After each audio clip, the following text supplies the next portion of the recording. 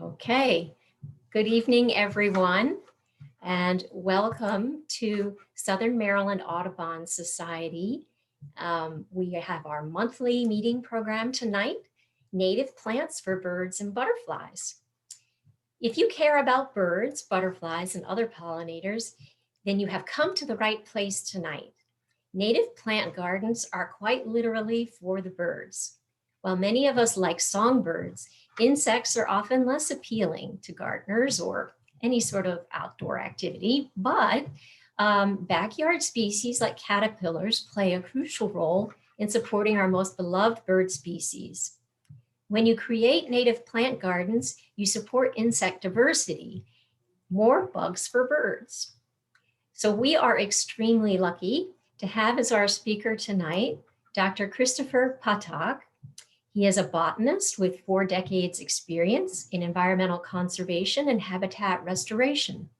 Since moving to Maryland from Hawaii in 2008, Christopher has been a research associate at the Smithsonian Institution's National Museum of Natural History and executive director and CEO of Chesapeake Natives, Inc., the only local ecotype nursery producing hundreds of species of plants to sustain the native flora and fauna of the Chesapeake Bay watershed.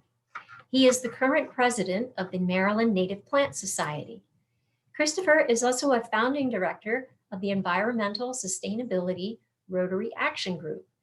It's called ESRAG for short, and is its current chair. Welcome, Dr. Puttock. Well, thank you. It's a great pleasure to be able to speak to you tonight. I'm going to do that formal thing that we always do, is share the screen and get this up and running.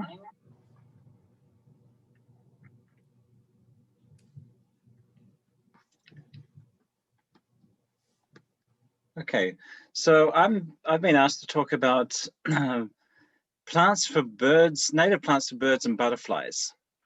So I'm going to talk more about butterflies and plants than I will be about birds, because I know that so many people on the call know so much more about birds than I do. I can recognize the blue jay, and I can recognize the robin, and I can recognize the butterfly that's in the top right. So let me go to talk about, I think I'll talk a little bit about periodic cicadas first, just one slide. Because this is going to be right on our doorstep, and everybody's going to be asking the question about whether these insects really affect birds and whether they affect butterflies and plants, particularly perennials. So I'm just going to give you just a very quick overview of this. They're going to emerge from the ground probably in a week or two's time, when the ground gets to 64 degrees at 8 inches down. So the nymphs will come out, and they'll, the females and males will emerge, they'll have sex, they will then produce, the females will produce eggs, and the eggs will be laid on the young sapling branches of trees. Eggs get laid in there, and then those eggs mature, they hatch, and the young cicada larvae then crawl down into the ground and go away for 13 or 17 years. We have the 17-year cicada coming out, so that's the one that's going to be around. We also have an annual cicada that makes a little bit of noise every year. And tuned in with the annual cicada is the cicada killer. You will see these big wasps flying around. They just come on the tail end of the periodical cicada, but the cicada killer is such a formidable wasp. It's a ground-dwelling wasp, and a lot of people get really frightened by it because it's about the size of your thumb. It's really very big, but it's really quite harmless. The males do not sting. The females will sting if you really trap them. They won't seek you out at all. They're interested in stunning a cicada and dragging it underground into a burrow. And in terms of damage, yes, they will damage young branches of sapling trees, you'll see that those branches will die, and but they will not. They won't harm our perennial plants. They have been. Last time they were out, and the previous time there was a decline in birds during the cicada explosion. And the theory is still out. You probably know more about that than I do. All I know is a couple of articles that have been written about it. But I know there's certainly been some sort of decline associated with cicadas when they do emerge in their billions. There will be a lot of them, and it's going to be very noisy. Okay, I just want to start after that with a couple of things about non-native plants. This is my euonymus. It's a Japanese euonymus, the evergreen spindle tree. This is along the front of my property in College Park. We've actually had to cut this in half because we're going to have a sidewalk or a footpath put down beside it. Anyway, one of the things that my wife, who really looks for birds, notices about this is at least 15 species of birds that hide in this shrub. And so it provides cover. So it's a non-native plant. It's not such a big invasive species, but it does invade some areas. But in terms of what it does, it provides absolutely no food, no caterpillars at all for any birds whatsoever. Introduced birds, native birds, no food. Because the caterpillars that would have been chewing on this over in Japan haven't arrived in America to eat these leaves. And so there's no caterpillars on that. However, the other thing about this is it does produce red fruits, little red seeds, and they will be distributed by birds, and then that's where you can get them to be invasive, more invasive in the south than they are here. Then another example, Buddleia. This is for butterflies. It provides very little cover whatsoever for birds, and it produces no food in the way of caterpillars. So there's no native butterflies or insects that lay their eggs on this plant to eat the leaves. And so it produces no food, with exception of nectar. It produces a lot of nectar for butterflies. Butterflies will go for any plant that has a sugar fountain, a soda fountain in the bottom of the tube. Basically, they want nectar. 20% sugar is what they're after, and so butterflies will go to this and take the nectar. Of course, when they're doing that, they'll pick up a little bit of pollen and distribute it on the next flower. So you will get fertilization from that, and you'll get seeds, and those seeds will then become an invasive species. And you can see the distribution of that much more in the west than here in the east. So my story about the ecological benefits for introduced species is generally this. They have no resources for native caterpillars. They provide therefore no resources for native chicks of birds. They produce candy fuel for butterflies and the pollination that goes along with that. And so they produce non-native fruits, and those fruits get distributed. The fruits get eaten by birds. They're either nuts or seeds. So the seed dispersal gets away and they become non-native invasions.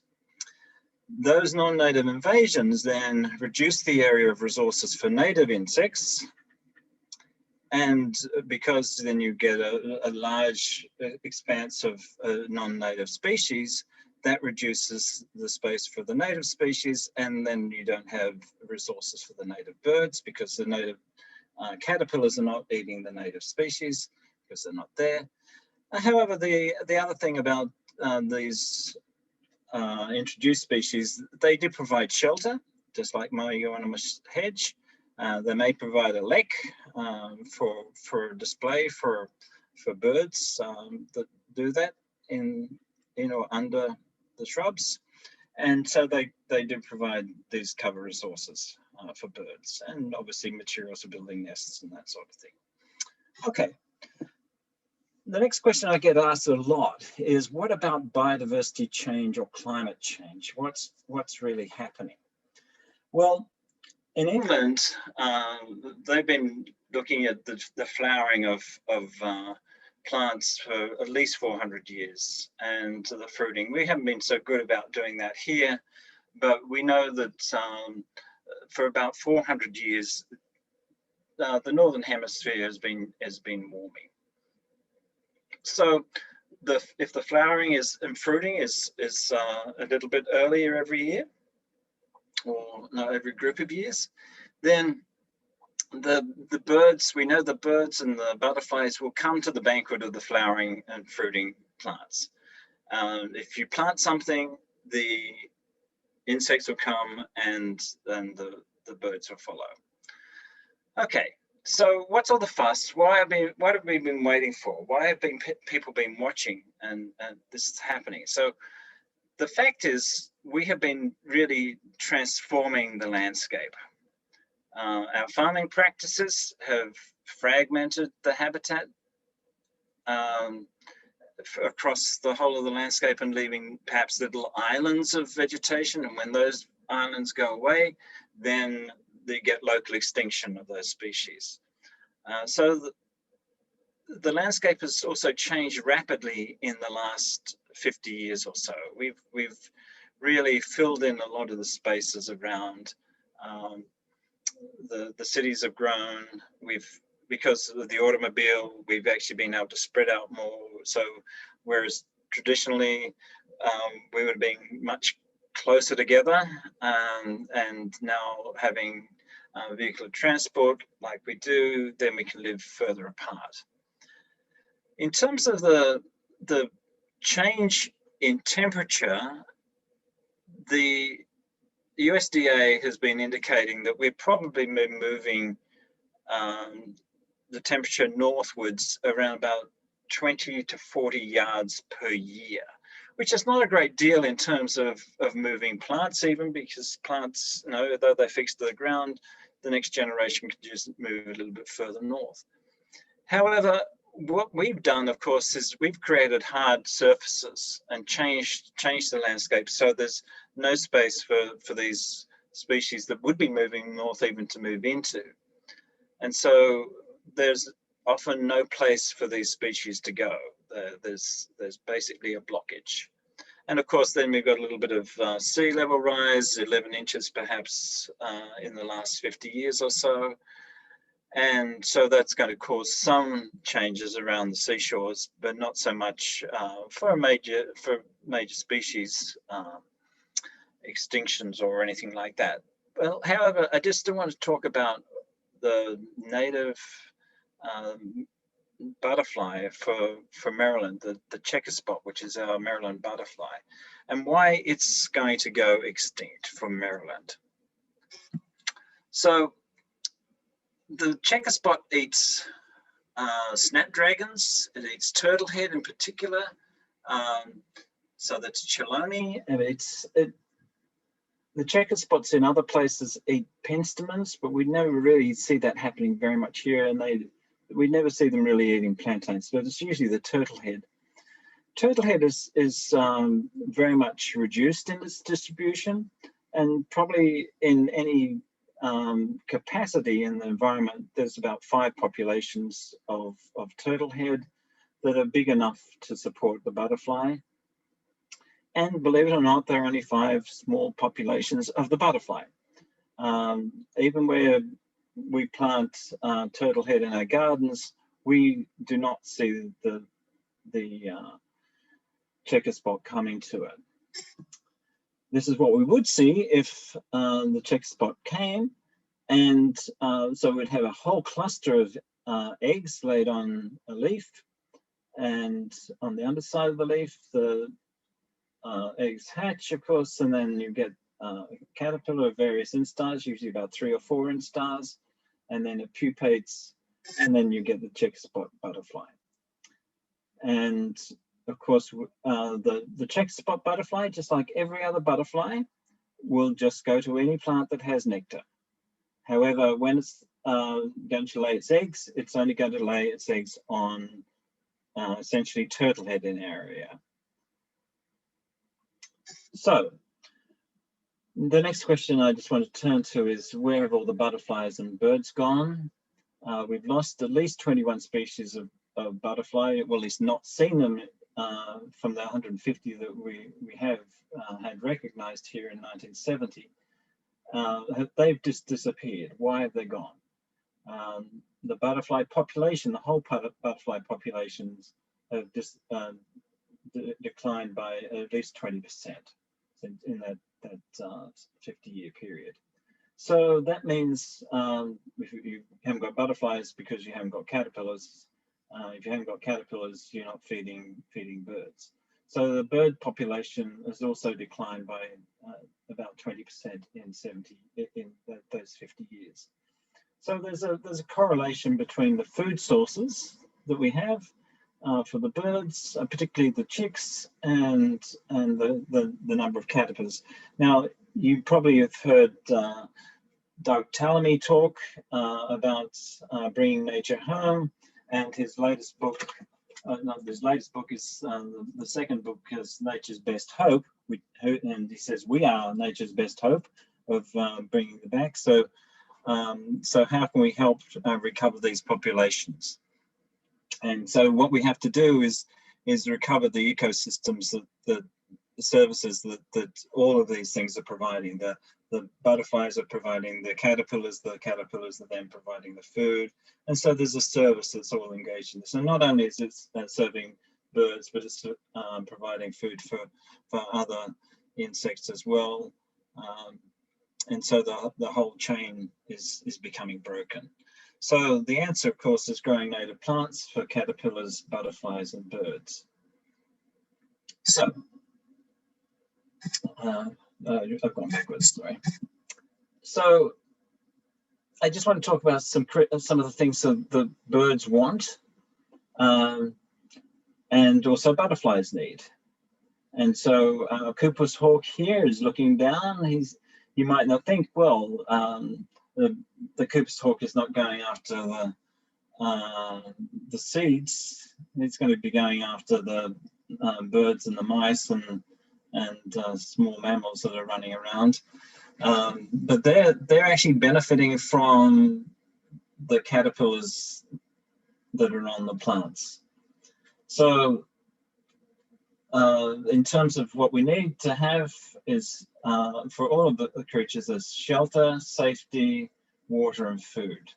And so when I'm designing a garden for someone or advising somebody to have a garden, what they want to have in the garden, I'm advising that they should have plants and plant structures there for all seasons. If you can bear with having native plants looking,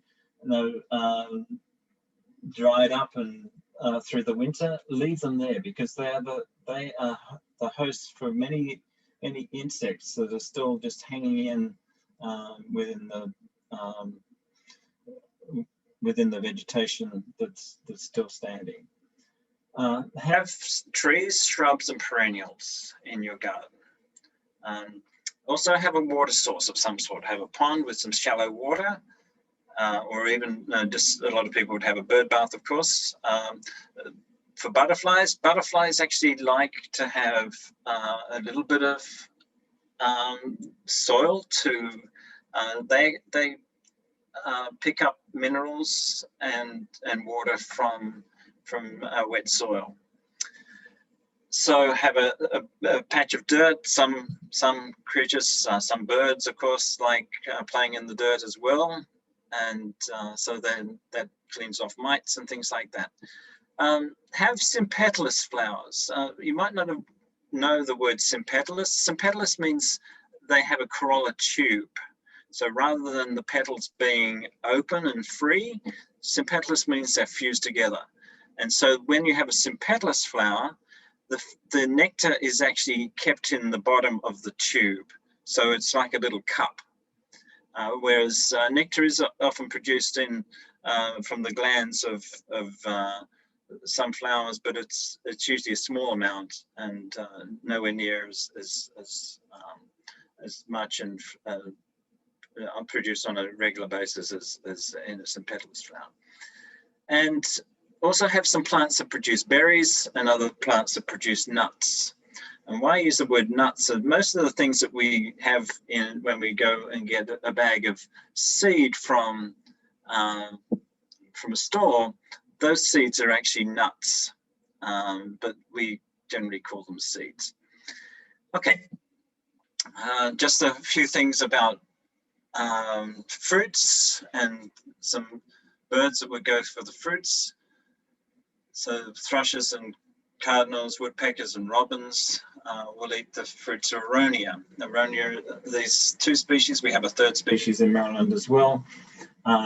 They've just finished flowering. They produce their fruits in the next few weeks. They're a major source of fruits for birds. Then we have the goldfinch. The goldfinch likes the seeds. I use the word seed, but it's actually the little tiny nuts that are inside the heads of daisies, particularly rudbeckias and echinacea. Echinacea is not actually native to Maryland, but a lot of people grow it. It grows just a little bit further north. There's a story behind that, but I won't go into it here. But it's a species. So rudbeckias and other daisies are really good for the goldfinches and other birds that are this sort of size. Then here we have blue jay. Blue jays are obviously feeding its chicks with caterpillars, and the picture I had on the front of this presentation, the blue jay, if you noticed, had about 3 acorns in its mouth, or its beak. So the adults will get the acorns, the chicks will get the caterpillars. And an example of something that drinks nectar. This is a very important bird for the trumpet flower because it's the only animal that we have that actually will fertilize the trumpet flower, because it's the one that gets its beak right up in there and can get the pollen under its chin and move the pollen around. Maybe even the hummingbird moth that I've got here actually does some of that as well. It's built exactly the same way. It has a long proboscis that goes down and gets the nectar from inside the trumpet honeysuckle. So now I'm going to go into talking about more about butterflies. And so this section is about who's eating my plants. One of the things that we like about non-native plants is they don't have holes in them. The leaves generally are all entire. They don't have big gaps. And those gaps, of course, are caused by the caterpillars. And so when we want to have a really nice pristine looking garden with nothing chewed, then non-native plants usually suffer because we go for something else. So here we go. The harvester, which I had on the front page, is actually one of the few butterflies or caterpillars that's actually not a herbivore. It actually eats insects. So it's an insectivore that eats insects. And so here's the caterpillar of that, turns into that chrysalis, and here we have the harvester butterfly. So if you want the harvester butterfly, you'll grow this birch. So now who's eating my locusts and tick foils and crown vetch? These are all the nitrogen producing plants that have nitrogen nodules on their roots. And these are in flower now. They're actually producing a lot of nectar for bees right now. So here we go with the caterpillar that you'll find on this. Of course, the caterpillar is just perfect for birds to come along and eat. And so when it actually wraps the leaf around it to hide away quite a bit of the time, so that it can't be caught so easily. And so it goes through 3 instars, and the 4th instar will come out and produce its pupa and hang, and then produce this silver spotted skipper.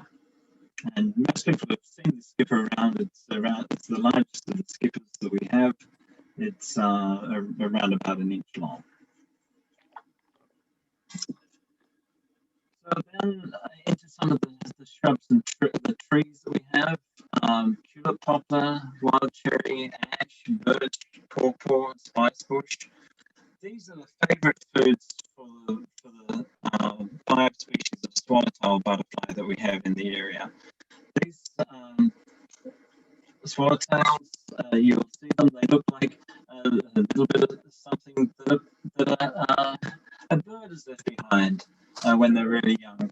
But then they turn into something with scary eyes on them, and eventually they'll turn into a pupa chrysalis and actually hang it like in a hammock.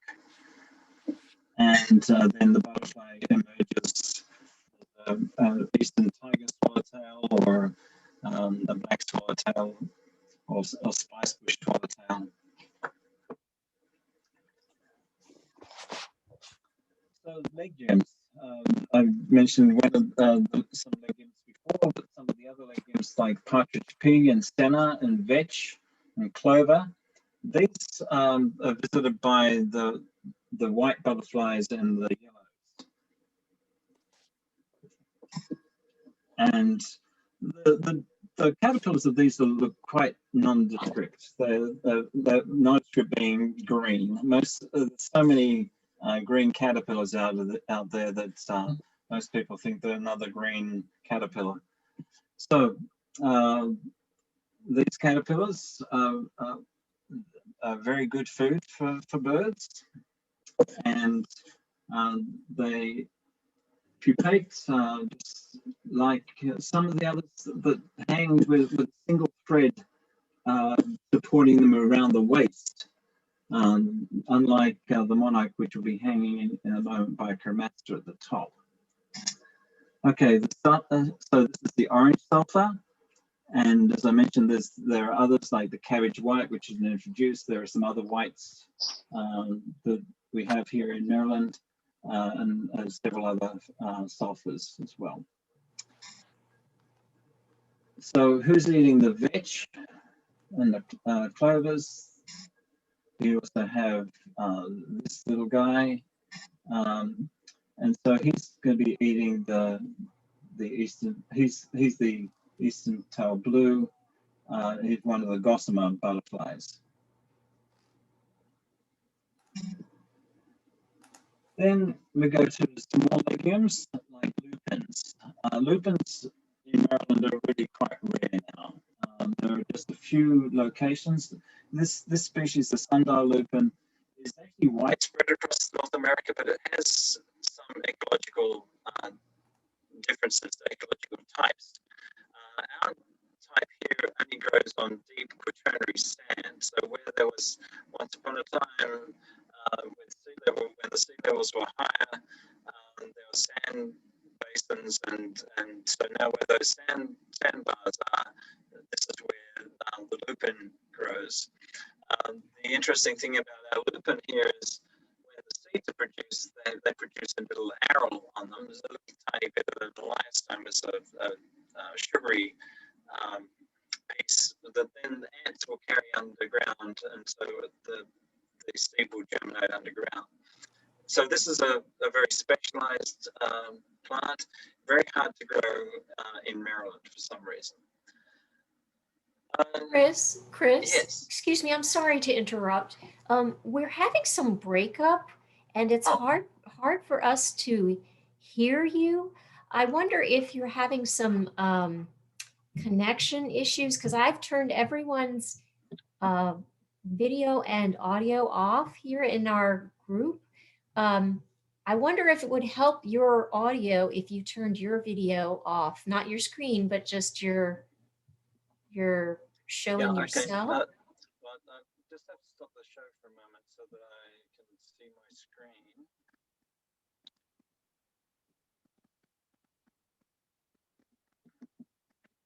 Your video, I mean, your audio is kind of coming in and out and skipping a little bit. So we're having a hard time following everything. Okay, I've just turned my sound up quite a bit more. And let's see if I can find it.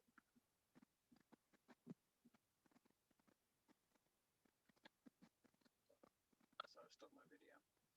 Okay, so I'm going to go back to. I'm still, are you talking? Not yet, I'm talking now. Okay, it's a little bit better. Okay. Let's see how that goes. Thank you, I'm sorry. No, I'm sorry, that's the first time, this is my fourth presentation today, so. Oh no, maybe your computer's giving out. I don't think so, might not be tired. Anyway, so I was just talking about the gossamer butterflies that are associated with lupins. And so here's the caterpillar of that and the butterfly that goes with that. So now I'm going to turn to cudweeds. Cudweeds are the genus Antennaria and Anaphyllus and Nathalium. And so these species that support the butterfly, the caterpillar looks like this. The caterpillar actually protects itself by weaving a web and hiding away inside that web until it gets big enough to, or actually too big, and then it just will roam around the top of the plant, and then that would be for about 2 or 3 days, and then it'll pupate and turn into the American lady. And the same thing happens with the painted lady, which is a sister species of this. This is Vanessa virginiana. The other one is Vanessa cudgewii. But both of them are common around our area. So these butterflies, the caterpillars have hairs on them, so they actually and they do sting. So some butterflies have caterpillars with some protection to them. Now, talking about protection, we have milkweeds. So most people know that milkweeds support the monarch butterfly. There's also honey vine and milk vines. Milk vines are really rare in Maryland now. Honey vine is not so rare, but we have 13 species of milkweeds, and of those, 6 are quite rare in Maryland now. So the monarch butterfly, most people are very familiar with this because it's taught in schools, and there's lots of publicity about the monarch. The monarch sequesters the poisons that are in the milkweed, and so I know that when these are actually fed to birds, they will regurgitate and basically spew the butterfly back out. Or at least even the butterfly, yes, and also the caterpillar. And the monarch, I hope you recognize this as a male monarch. It has the two pheromone glands, one on each of the hind wing, and the female doesn't have that. Then who's eating the sorrels, the docks? and some of the some invasive species as well. So not all invasive species provide no food at all to our natives, but the majority don't have something. But I just want to show that there's some species that have come over from Europe that are so closely related to the Native American species that the butterflies will take those too. And so this is the caterpillar for that, and it attaches by a thin thread, hangs upside down on the side of a leaf. And the American copper looks like this. So it looks a little bit like some of the other gossamer wings with a dull underside with spots, and then either a big red upper surface or iridescent blues on the upper surface. Packeras, these are daisies, the round leaf ragworts. These are in flower just now, across the following after the Virginia bluebells in the same sort of areas in our forests, and this will also grow in full sun too. It has a lot of nectar. It gives nectar for bees, and who's eating that? So this is a moth that's eating this plant, and then it turns into. Oh, sorry, it's not. This one's not a moth. It's the northern meadowlark. I was confused by the hairiness of this. It's there are some really hairy moths that are out there. So now just turning towards the end of my presentation onto grasses. Grasses provide a lot of seed for birds, and so I just want to talk about some of the caterpillars that are associated with grasses. This is a panic grass, so like Panicum virgatum and blue stems, which are Trizyzium and Andropogons. So the grass skippers are the caterpillars and butterflies that are associated with this, and there's a lot of different ones. And so here's just a few examples. They're all quite small, and they emerge into these skippers. And there's about 60 different species of skipper in Maryland. About half of our butterfly fauna are skippers. So then we have these produce a lot of seed for our birds as well, these plants. And some other grasses like the purple tops and the sedges. These are nymphs, similar sort of little green caterpillars. The common wood nymph, this is what it looks like. So you see that the different species of plants are the host plants for different species of caterpillars. And so you have to have a really wide variety of plants. The common wood nymph caterpillar will not survive on milkweed at all. It will not survive on so many no other things, only on these grasses that I've mentioned. And just to finish up, we have at Chesapeake Natives somewhere north of 200 species of native plants of Maryland. The average nursery that you have has probably no more than a dozen species that are native to Maryland. So we're one of two nurseries in our area that really specializes only in native species. The other one is Earth Sangha, which is just across in Virginia. Our plant sources are really local. so we don't bring in plants from outside of the watershed. And so we're really trying desperately to preserve the native species and of fauna and flora of Maryland, and of course all the birds and everything that live off of those, so critical to keep the whole life cycle going. Okay, I'll hand the screen back.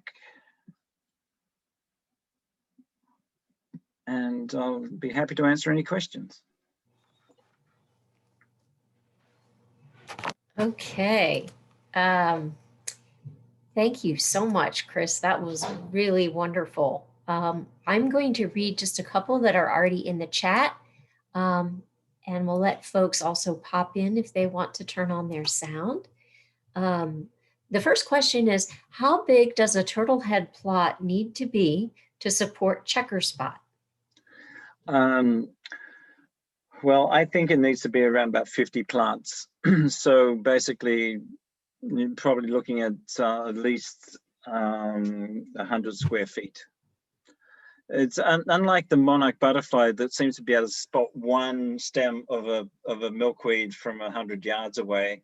The checker spot seems almost to be blind and not be able to find the plants. And also now the population of the checker spot is so small and so far separated that they're not even getting away from the small locations that they are found now. There is another turtle head question. How do I protect my turtle head from deer? Oh dear. That's so there are some plants that are just like deer candy, and so you just really either you have to have a fence around them, or just keep the deer away. There are some plants you could put around. So there are some species that the deer will not eat. So like Antonaria, that's snake root. Another related species, which is much nicer, I think, is Conoclinium, blue mist flower, and also some of the mints like Monada punctata, Pycnanthemum muticum. So those things, and also if you plant them underneath spice bush. And so if you've got spice, the deer will not eat spice bush, they will avoid it. And so what I'm suggesting is the way you keep them out is there's no way of stopping them to get to a plant that's in the open. You have to plant some other things that they're not going to go for. And so you actually help preserve the turtle head by having plants that are surrounding it that the deer won't get to. We have turtle head in a rain gully. So actually it's got Joe Pyeweed as around it as well, and so so basically having the turtle head framed within other species. But then of course we're getting the checker spot butterfly back to it is just one would almost have to have move the eggs of the checker spot onto the plants and have them grow in the area, grow up, and then you're not even sure whether they're going to stay after they've flown as butterflies. There's a really the checker spot is also there's the checker spot over in the west coast is in a different species, but it's in the same dire straits as it is here. They don't have turtle head for them to grow on, but they have a couple of other species that are really rare as well. Some of the pinwheels, and our pinwheels here in Maryland, they have virtually disappeared too. So Anne thanks you very much for those ideas. Tracy has a question. Do you want to turn on your mic, Tracy? You asked about the name of is that the Virginia nursery? Yeah, you mentioned that there was a nursery in Virginia that also specializes in native plants. I was just curious, I didn't catch the name. Yeah, it was put in the chat just a second ago. So it's Earth Sangha. Okay, thank you. Yeah. They're in North Alexandria, I think. So, Chris, could you tell us a little bit about how Chesapeake Natives is operating under COVID right now? I know at one time you had to order online and arrange for a pickup. Is that still true? That's still true. We'll probably continue that for another couple of months. So at the end of summer, we'll probably come out of that and have Sunday sales as we've had before, and also pick up by, or at least order by appointment. It's a mixed bag. You know, the ordering online and pick up from the car park is, in some ways it spreads the load, but then we're not fulfilling part of our mission. We'd really love people to come out and hear the stories about the plants, because so many people don't know how to grow the plants because they've never seen them before, which is not surprising because most of the plants that are in the forests would have been eaten by deer. And so these are fairly rare species or uncommon species in the forest now, or in the meadows. So people really do like to hear, how to grow the plants when they haven't seen them before. And we really like to encourage that. So we don't get that opportunity when we sell online so much.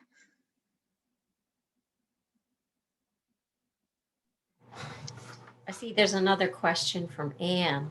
She asks about the caterpillars eating the plants and asking how much of the plant they eat, essentially, because they don't necessarily want to kill the plant, right? If it's a host. No. So there are some like the moth, there's a tussock moth. Will lay its eggs on milkweed, and it will lay 1,000 eggs on the one plant, and it will consume the whole plant. Whereas the monarch will lay a single egg on the plant, and there'll be the plant left behind afterwards. So basically they'll eat maybe 4 or 5 large leaves, and then that will be it. That's all they need. But there are some caterpillars, like the tiger moth or the tussock moth, that just really is a bad actor. But most of them don't consume anywhere near close to the whole plant like that does. Funny you should mention that tussock moth, because the first year, Chris, that I grew milkweed, and it wasn't easy actually for me because I don't have a huge open sunny space. I'm sort of near the woods. But that very first stalk that came up was devoured by the tussock moths. So I guess it's doing what it's supposed to do, but not quite what I hoped. Right. They're native too, I guess? They're native, but we don't spare them. There's plenty of them around. So so what, you get rid of them? So we generally remove majority of them. There's off of the plants in the nursery, because we certainly can't keep them going. But in the wild, when you've got so they'll be on the common milkweed and also butterfly milkweed more than anything else. They get to, that they can't consume the whole plant when the plant is 4 or 5 feet high, and even if there's hundreds or thousands of them, they're not going to eat the whole thing. Whereas when you're growing a plant up from something that's just coming out of the ground up to 4 or 5 inches high, and you get a whole bunch of that on there, you just don't want them. So we generally knock them off and put them into soapy water. Okay, well, thank you for that hint. It looks like Anne said that that's what she does. She gives them a bath of soapy water also. Yeah. So Chesapeake Natives doesn't use any chemicals. So we get asked that question a lot of the time. So we don't use any chemical insecticides whatsoever. Paul asks, what sort of soil, light, etc. is needed for turtle head? So moist to wet soil, and part shade. It doesn't like to be in the full sun, and so it's a forest age species. Actually, it tends to, as I mentioned to you before, it tends to grow in wetter areas, but not well drained, but not saturated. Yeah.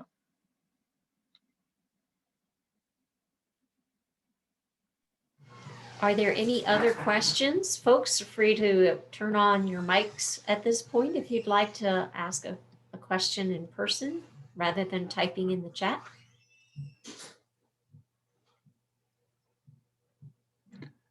Obviously, a lot of people like to ask questions about the turtle head. Yeah. Yeah. Someone says they've seen them on the trail at Gilbert Run Park. Oh wow. And on the Indian Head Rail Trail.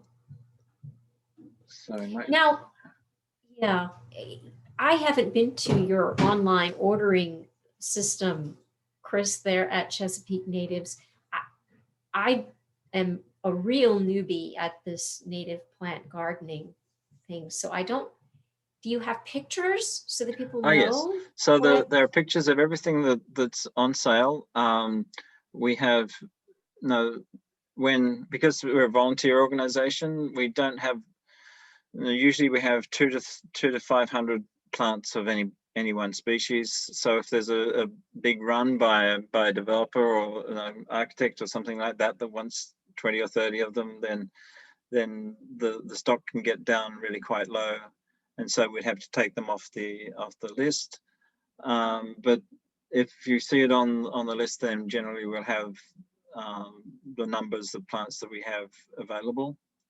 And yes, there are descriptions of the plants plus photographs, whether they grow in the sun, the shade, or moist, wet, or dry, and the heights that they get to, and so just the really basic information about them, and also whether a plant is less likely to be eaten by deer. Because a lot of people ask that question, and quite frankly, if you're walking through the forest and you see a plant, so it's vaccinium or it's a mountain mint or like white wood aster, snake roots. If you're seeing something like that in the forest right now, that means a deer doesn't like it, because it's basically being left behind. But the deer are eating other things instead. They basically have eaten all of the other species down, and now they've gone, so disappeared. And only in those few rare cases where the deer can't get to them, like I mentioned, underneath spice bush and some other bushes, like even vacciniums. Vacciniums don't seem to be eaten by deer either, and so underneath those you'll find some of the native species that would otherwise be growing. That's great. That's really good info. So, in my woods, I know we have a lot of deer, and I still have quite a few ferns. Do they not like ferns? They don't like ferns. Yeah, generally, ferns have survived for about 200 million years, and they've survived through many different herbivores, and so they've got chemistry that's too nasty, I think, for the deer to eat. And even there's a lot of things like milkweed. The deer will taste milkweed, and then having one taste, and then it'll leave it behind. So you often see where there have been deer around, then you'll have where a deer has nibbled on something but left it. Mm-hmm. Well, thank you for telling me more about the online ordering. So it sounds like it's set up very much like a catalog. It's a catalog, So yeah, I couldn't- and we no. So the way we're working right now is orders are placed from Monday, generally from Monday through Wednesday, or any time during the week. But then the delivery is from Thursday through Saturday, or at least the pickup is Thursday through Saturday. Yeah. Okay, and And that's every week, because every week, every week since middle of March. Okay. Through till now, and we'll probably continue that way through till the middle of summer, and maybe the first open house we'll probably be could be July, but it more likely be August. Oh, And of good. course we have volunteers. We're a volunteer organization, so we really love people to come out and learn how to handle the plants and see the plants and see them grow, and there are some benefits from coming out too, may I say? If so, I don't know if you were, you probably weren't there, but a couple years ago, us at Southern Maryland Audubon Society had one of our events it was a fall fundraiser event where we spent part of our time at Chesapeake Natives. So a big group of us came, and it was wonderful. I loved it. I really enjoyed seeing it, so many plants, and learning, right there with folks, and seeing your greenhouses and everything in person and seeing your display gardens too. It really is a special place. Yeah. And so we've been expanding a lot.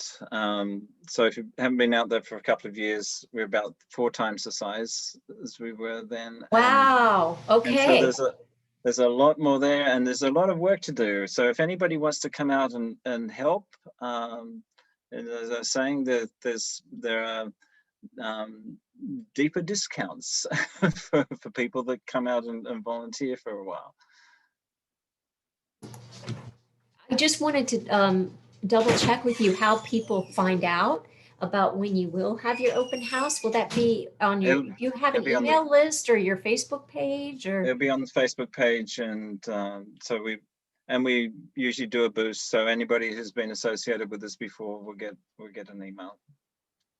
Wonderful. Unless they've asked not to be contacted. Okay. Well, if there are no other questions, I don't see any more in the online chat. Folks encouraging others to go visit, and Sue says she's there weekly doing pickups. Yeah. Lynn says thank you. Does anyone else have any last minute questions before we bid everyone good night? Thank you for a wonderfully informative presentation. And Tom, several people saying thank you. Okay, looks like we're wrapping up then. Thank you so much, Dr. Puttock, tonight. I've learned so much. Well, I've given a presentation on maybe 20% of the plants we have, maybe less. we have so many different species. So it's always, what should I give a presentation on? There's just so much. Oh, excellent. Well, I'm going to go to your online catalog and try to pick out some plants, because I don't have the greatest luck starting things from seed myself. I have some that are more cooperative than others. Right. Well, there are lots of tricks with growing plants from seed in Maryland. So. Aha. Yes. So you should learn about stratification. Yes. That's another topic I can talk about. Okay. Well, thank you again. We'll get in touch with you guys soon. Enjoy your evening, everyone. Take care. Good night.